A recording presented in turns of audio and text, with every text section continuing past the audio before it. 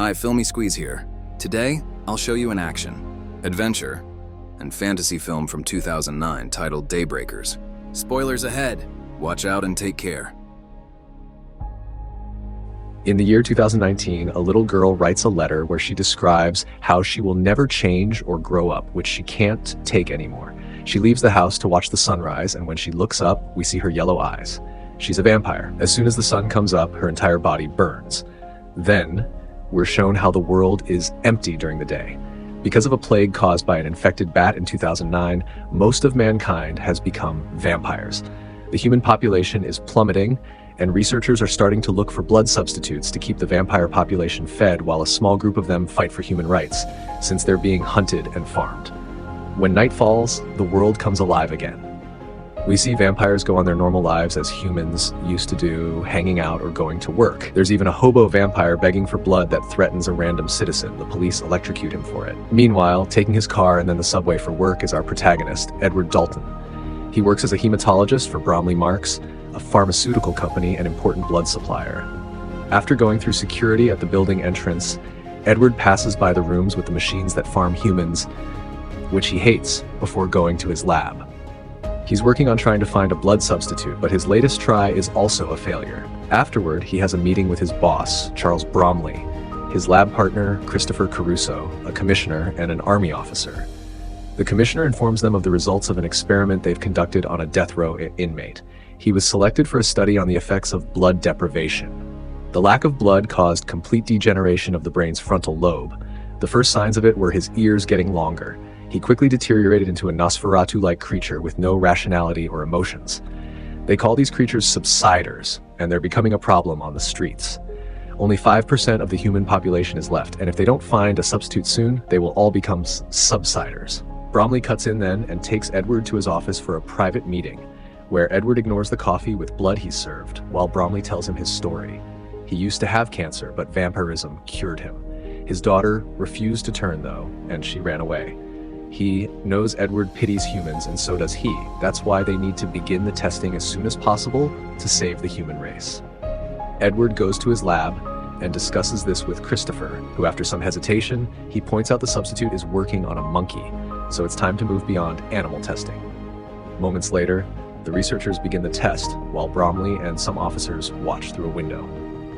Edward slowly injects the substitute into a private's body, who at first feels fine, but once the whole dose is in, he pukes and starts convulsing as nasty blisters appear all over his body. The researchers immediately move to hold him down and inject him with Epimone, which does stop his shaking and makes the blisters disappear. But a second later, his whole body explodes. Later that night, Edward leaves the office and drives home. He's watching the news on his car, which talks about riots related to blood rationing schemes. When he notices something wrong while scratching his ear, he opens his camera mirror and checks. His ears are starting to grow long. This distraction causes him not to see a car coming from the opposite direction. He manages to dodge at the last second and stop his vehicle, but the other car crashes against a fence.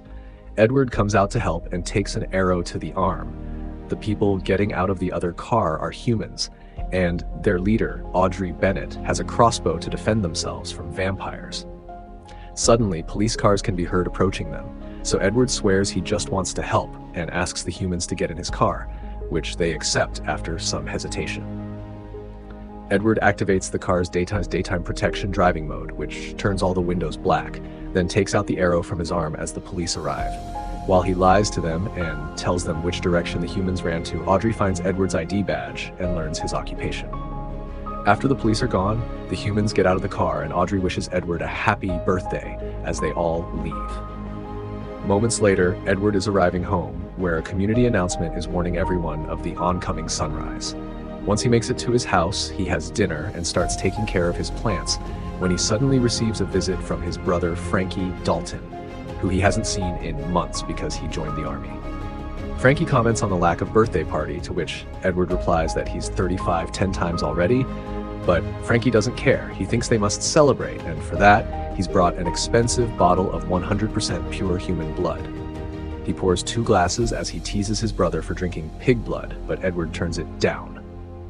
This enrages Frankie, who starts an old argument of theirs. Edward doesn't touch human blood, but still works for a company that farms people, which he sees as a necessary evil to be able to find the substitute. Yet he also looks down on Frankie for hunting humans for the army. Edward suddenly grabs the blood bottle and starts pouring it down the rain, but Frankie takes it from him and smashes it against the wall before trying to leave. He can't, however, because a subsider gets in his way. The creature enters the kitchen and starts licking the blood off the walls, then moves onto the glass on the table. Frankie grabs a knife from the holder, which startles the subsider and makes it push him against the wall. He falls on a glass table and loses consciousness for a few seconds. The subsider moves towards Edward next, and he keeps it at bay with a stool while calling out his brother's name. Frankie wakes up and retrieves the knife. Together, the brothers try to attack the subsider, but it jumps away to hang from the ceiling. This allows Frankie to slash it a few times before decapitating it. Moments later, the police arrive to take the case, commenting on the fact the subsiders are in the suburbs now. One of the officers finds a ring on the creature, which makes Edward realize it was the local gardener. She also finds self-inflicted wounds. Feeding on themselves speeds up the mutation. The next morning, Edward is woken up by a security alert. He goes to check and, when turning on the lights, he finds Audrey pointing a crossbow at him. She tells him they've been looking for vampires they can trust, and that they need his help to find another way besides the substitute. She also gives him a sheet of paper with a map on it. Edward is suddenly distracted by a noise and turns around, allowing Audrey to silently leave. When he checks on the noise, it turns out to be Frankie, who asks Edward about the woman. Edward replies, "It's nothing." Later at night, the news shows investors are pulling their human supplies from Bromley's.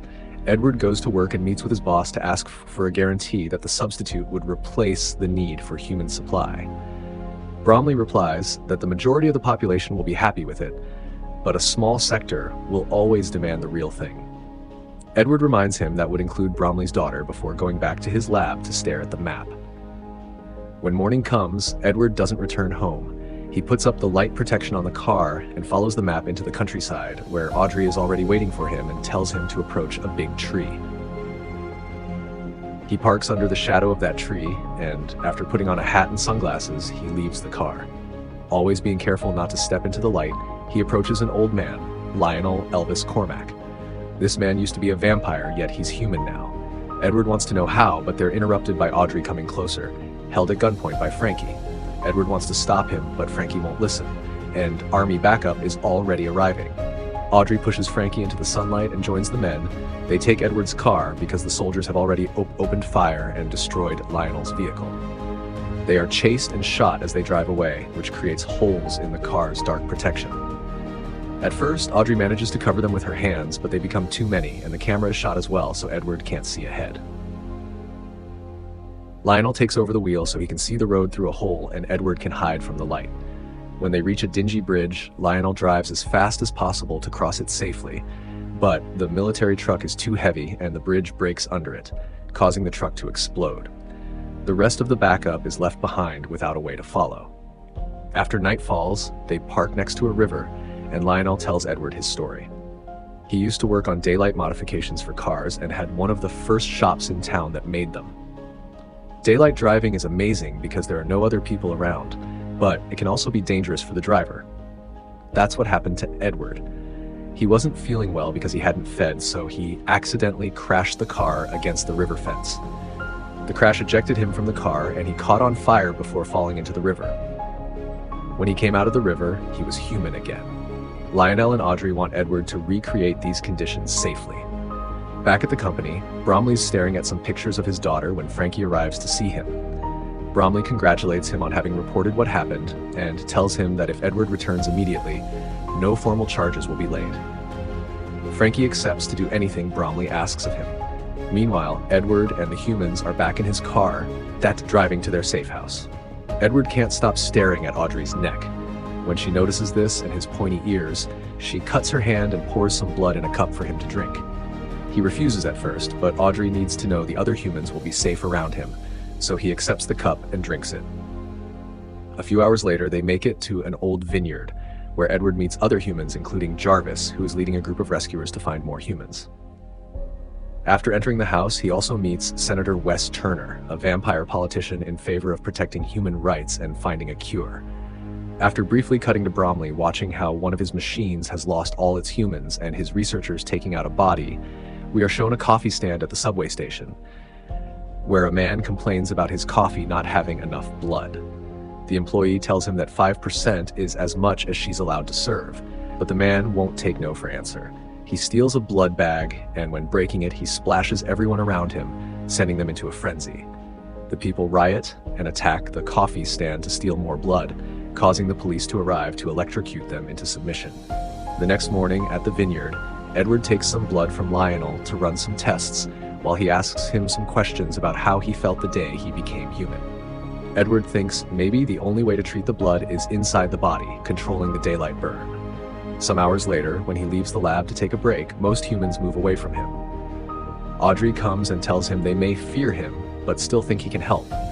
Edward confesses he didn't want to turn, but Frankie betrayed him and turned him anyway. It's then that Edward notices the fermentation tanks, and after Audrey confirms they're airtight, they go to look at them from inside. The tanks have air extractors that would allow them to put out the fire, and Edward decides to use them for their experiment, so they start working on the necessary modifications. Later, in the middle of the night, we see Jarvis's group on the road taking a convoy of rescued humans to the vineyard, including Bromley's daughter Allison. When a shot gets them a flat tire, they're forced to stop their cars. They get out with their weapons ready, but the army is surrounding them, and after a short shooting exchange, all humans are knocked out. Allison manages to contact the vineyard before she falls unconscious too, so when Frankie takes the walkie-talkie from her hands, they use it to track the call and find the location of the vineyard. At the vineyard, all the humans are grabbing their things and getting into their cars, ready to follow Tuner to his safe house. But Edward wants to stay behind because there won't be another chance to recreate the experiment, so Lionel and Audrey decide to stay behind as well and help.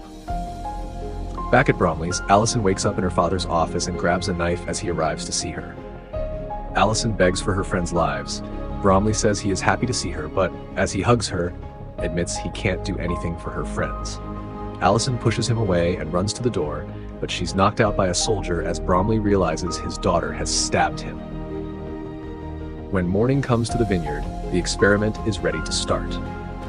Audrey will watch the monitors while Lionel will stay in the tank with Edward, who has the heart monitor connected to his chest and is covered by a wet blanket.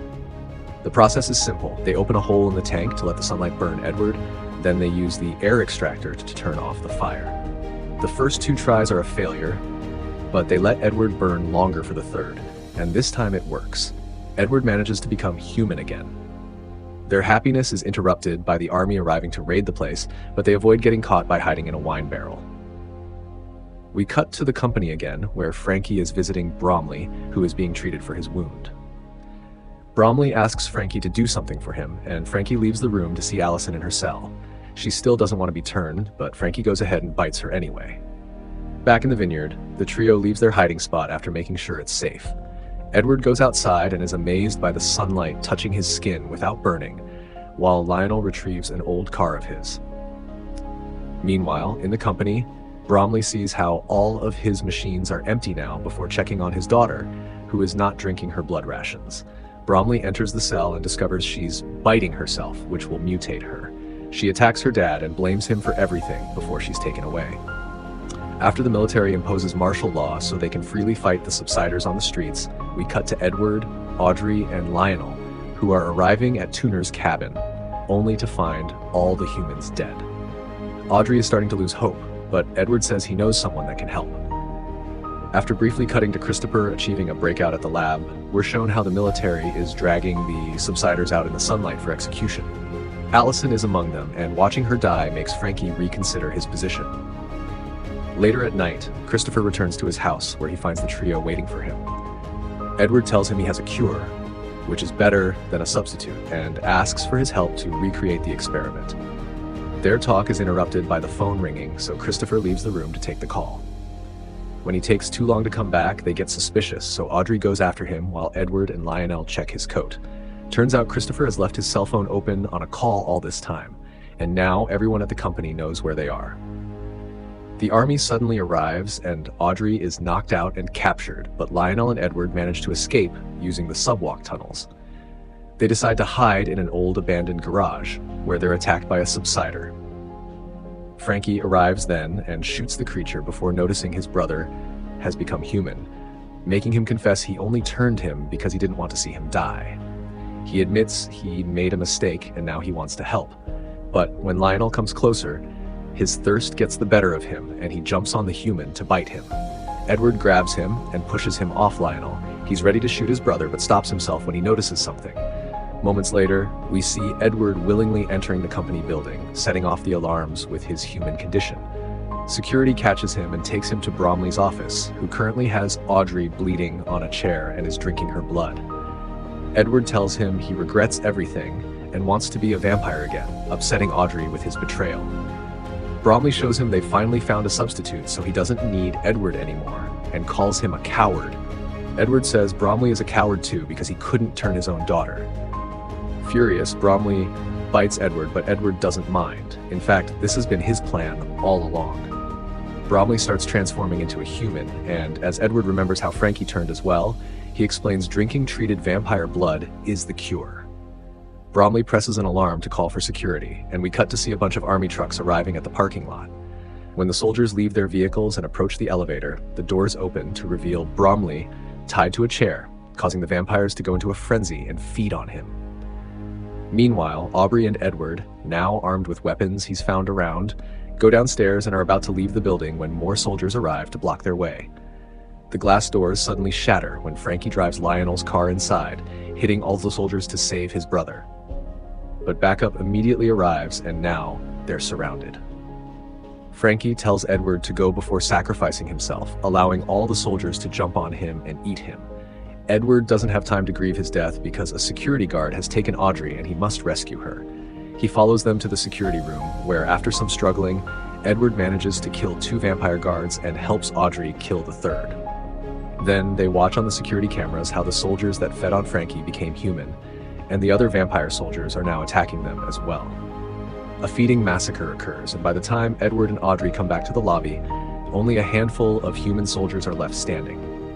Christopher shows up then and shoots a couple of soldiers, claiming there can't be a cure. He's about to shoot them too when an arrow hits his chest and kills him. It came from Lionel, who's arrived to help. Audrey gives him a hug while Edward watches his brother's body, and the light of the rising sun slowly makes its way inside. The movie ends with the trio leaving on Lionel's car while Edward tells us that now they have the cure. They can change everyone back.